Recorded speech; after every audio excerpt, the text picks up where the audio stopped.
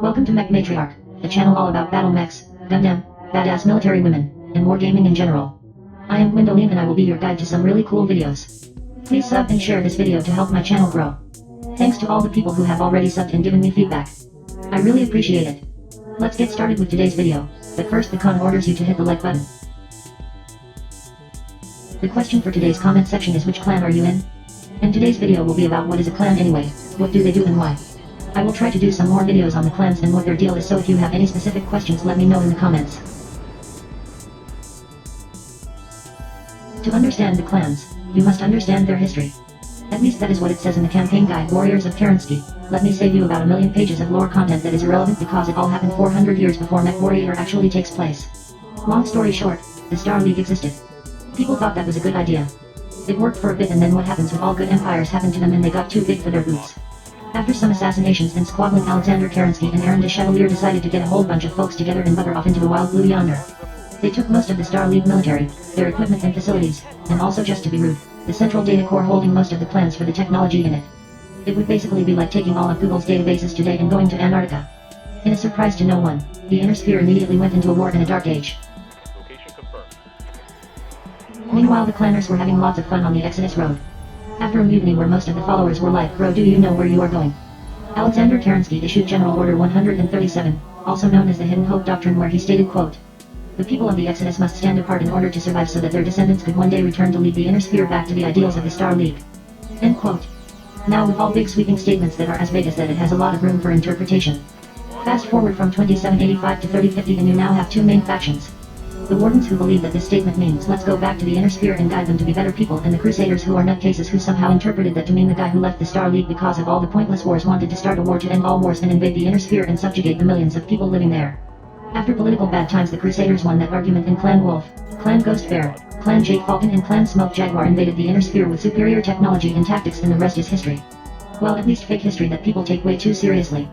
Let's talk about clan ideals. So basically they all kind of worship Alexander Kerensky for being the beans. But if we look at what they are actually doing with their utopia, we can see that they are just taking all the literal worst parts of bad guys from Earth's history. They have their society split into castes like the Indian Raj, warriors being the top tier, then scientists, merchants, technicians, and laborers. There is also the outcasts. They are basically communists who do not believe in owning property, except through murdering people for it. They have stolen eugenics ideas from the Nazis. They have cloning bats where true-born super soldiers from genetically strict bloodlines are made. They can also just have babies the good old-fashioned way, but they are called free births and are basically second-class citizens. This creates the concept of blood names, which are just monarchy-style bloodlines.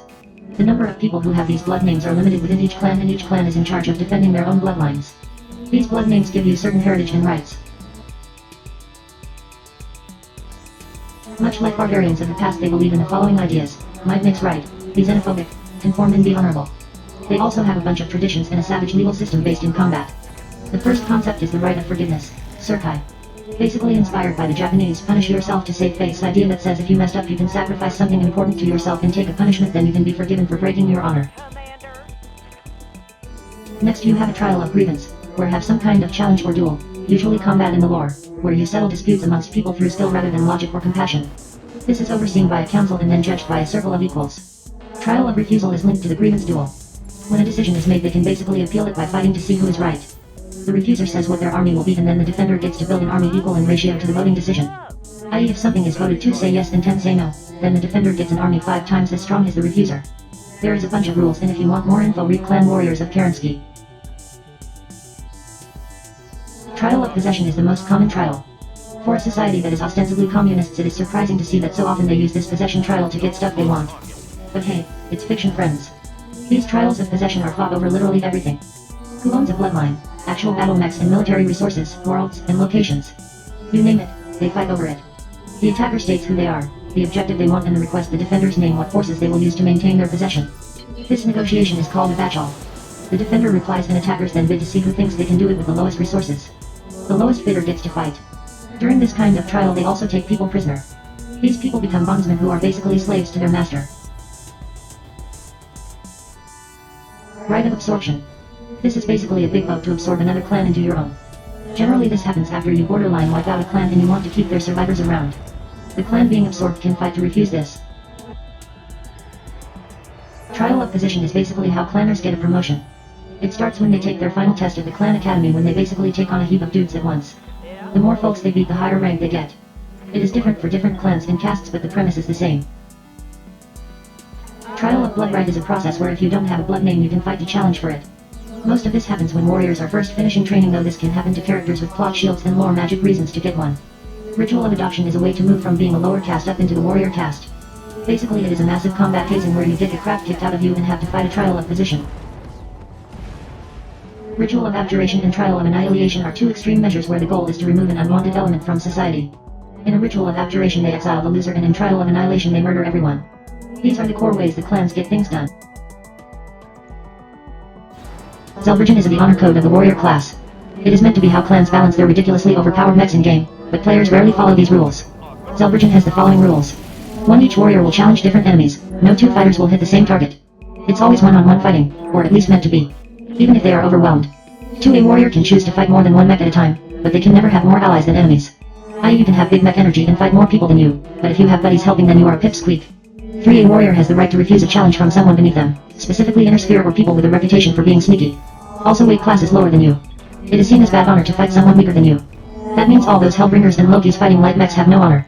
4. Desperate are certain dirty actions, and doing these things are considered dishonorable, and within clans will void a fight. Things like not being in line of sight, moving out of range of your opponent, or failing to shoot a weapon if capable to do so. 5. Finally, no area of effect weapons or fancy systems like C3 or tag can be used. It's meant to be just you and your mech. There is heaps more to learn about clans, but I think that is enough for one video.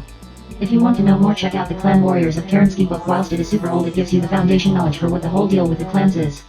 I will try to do some more videos on the clans and what their deal is, so if you have any specific questions let me know in the comments.